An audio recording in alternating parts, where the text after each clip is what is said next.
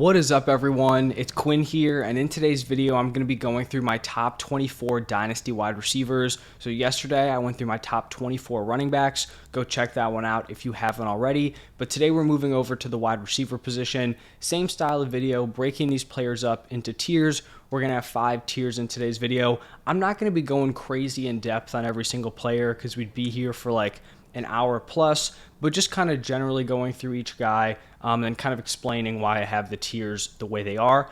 As always, I want to hear your guys' feedback, so let me know if you think certain players are too high or too low. Comment that down below, and I'll make sure to get back to you as soon as I can.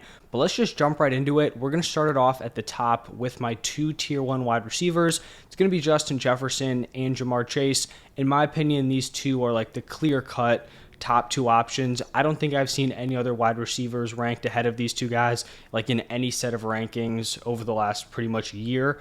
Both these guys have put up absurd production in their very young NFL careers. They're also my top 2 redraft wide receivers, which is pretty crazy because they're heading into year 4 and year 3. They're already at the top in redraft. I think these are going to be high-end wide receiver ones for a very long time. Jefferson, 24 years old. Jamar Chase, 23. So the clear-cut top 2, in my opinion. Now, shifting over to tier 2, this is going to be a larger tier. I do think it was kind of tough to differentiate between these players. Also kind of skewing younger with this tier. We're going to go Amon-Ra St. Brown, Garrett Wilson, CeeDee Lamb, A.J. Brown, Jalen Waddle, and Chris Olave. Now, I'm definitely going to be higher on Amon-Ra than consensus, just like I am for redraft. But honestly, with this tier, I feel like you can make a case for Amon-Ra, Wilson, Lamb, or A.J. Brown to probably like lead this tier as the wide receiver 3. So I wouldn't get too caught up with Amon-Ra there. But for Amon-Ra, if we exclude the games where he left early with injury last year, he would have averaged 19 PPR points per game,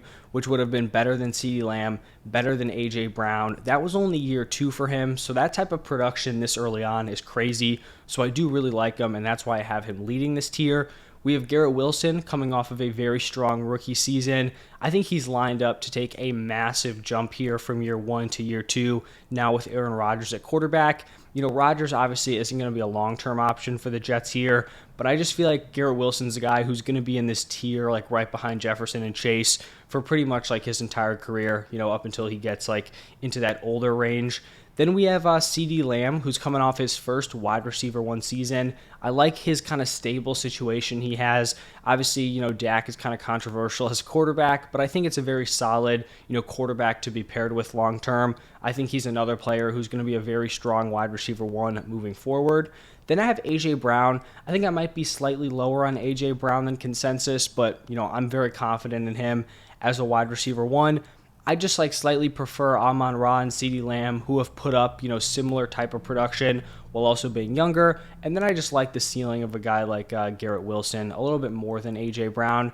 For Jalen Waddle, he averaged 17.7 points per game last season when Tua was healthy. So when Tua's on the field, he can still give you really strong, production as the wide receiver 2.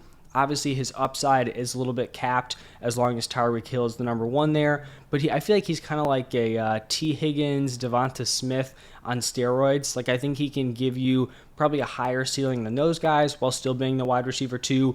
But in the short term, I do think high-end wide receiver 1 is probably not going to happen at this point in his career. And then looking at Chris Olave to wrap up this tier, on a point-per-game basis, he was the best rookie wide receiver last season. Just like Garrett Wilson, he gets his quarterback upgrade. It seems like, this may be relatively low to Garrett Wilson, right? They're both super impressive. They both get quarterback upgrades. Probably neither one of those upgrades is long-term. But I just think, even though there's a few guys between Wilson and Chris Olave, all the guys in this tier are separated by a round in terms of value. So these guys are really just kind of sandwiched together. So I wouldn't get, too upset about where I have these guys ranked in this specific tier. Now shifting into tier 3, this is going to be a mix of younger options and then win now pieces. So we're going to start off tier 3 with Drake London, then T. Higgins, Devonta Smith, Jackson Smith and Jigba, Tyreek Hill, Stephon Diggs, Cooper Kupp, and DK Metcalf. So I feel like, if there was an outlier in this tier, it would probably be Drake London. Just may seem high to have him ranked at the top of this tier, given the fact that he didn't really put up great fantasy production last season. But I honestly just think there was really no winning as like a pass catcher on that Falcons team last year. Like I feel like you could have put pretty much any wide receiver on there and they were going to disappoint for fantasy. The thing that Drake London did that was crazy impressive was he commanded targets at an insanely high level. He had the number 2 target rate in the NFL, not just rookies, number 2 wide receiver out of everyone. He also had the 5th highest target share. For a rookie, that's just wild, being able to command targets at that high of a level. So I think his future is very bright. I'm not even super high on him in redraft for this season, but I think long term he's going to be a great fantasy wide receiver one. Like bad situations like that, there's no guarantee they last, into year 2, 3, 4. So I think in the long run he's going to be a great fantasy option. That I kind of view T. Higgins and Devonta Smith as very similar behind Drake London. They're both wide receiver 2s on top NFL offenses. I think they can give you like lower end wide receiver 1 seasons. I just give T. Higgins the slight edge here because I do kind of prefer the Bengals passing attack compared to the Eagles. But 2 guys I have, obviously back to back here. Then we have Jackson Smith-Njigba. He was my clear-cut wide receiver 1 from this year's rookie class. I think he's a guy who can command a ton of volume at the NFL, and I do think he's someone who can be a fantasy wide receiver 1 in a couple of seasons. And then we have 3 straight win now options in this tier. Hill and Diggs are both 29, and then we have Cooper Kupp at 30 years old. So even though these wide receivers are getting up there in age, all 3 of these guys are first-round picks in redraft this season, so they're expected to have very high ceilings, at least for this specific year in 2023. I think these guys can give you like 1 to 3 more seasons of wide receiver 1 production compared to some of the guys in like tier 5 who are going to be younger, but a little bit more unproven, and they haven't hit that crazy ceiling yet. So I think if you're a win now team, these are great options in this range. And then to finish this tier with DK Metcalf, I feel like he's a guy who's kind of in an interesting spot because he's still very young at 25 years old. He has actually flashed a wide receiver 1 ceiling, but he's 4 seasons in and has 1 season as a fantasy wide receiver 1. And then his next best finish was a wide receiver 20 in points per game. So I feel like he's a guy who could end up delivering a few more wide receiver 1 seasons. But I feel like right now, like for win now teams, I'd prefer the guys like Tyreek Hill, Stephon Diggs, Cooper Kupp, who have proven it over the past few seasons. Like if Metcalf kind of ends up settling in as like a wide receiver 2 option, then I feel like he's probably not going to pay off at this ranking. But I still think he's a guy who can have some boom seasons throughout the rest of his career. And then in tier 4 here, this is just going to be a one-man tier. I probably could have just tossed Devontae Adams into tier 3. But I do think like he's a slightly worse option than the other win now options I mentioned: Tyreek Hill, Stephon Diggs, Cooper Kupp. He's going to be the oldest of those 3 options. He's going to actually turn 31 during the season. And personally, I view him as more of a second round option in redraft. So those other guys, I have them firmly in the first round. I think I have Kupp and Hill at like pick 3, 4, and then Stephon Diggs at like pick 8 or 9, somewhere in there. So I do view those guys a little bit higher compared to Devontae Adams. I think his 2023 situation is a little bit more uncertain than those other guys, but I still think he's going to be a veteran wide receiver here who can deliver a couple more big seasons in his career. Now shifting into the final tier, tier 5, going to be mostly younger options here. So we're going to start it off with Jordan Addison. Then we have Christian Watson, Quentin Johnston, Jerry Jeudy, Deebo Samuel, DJ Moore, and then wrapping it up with Brandon Ayuk. So Jordan Addison was my wide receiver 2 from this year's rookie class. I don't think he's a guy who's probably ever going to be like a high-end fantasy wide receiver 1, but I think he's someone who can be a solid wide receiver 2 and then probably put together like a few lower-end wide receiver 1 finishes. Then we have Christian Watson, and he's honestly a super interesting player for fantasy because coming in as a prospect, he had some clear, kind of upside traits.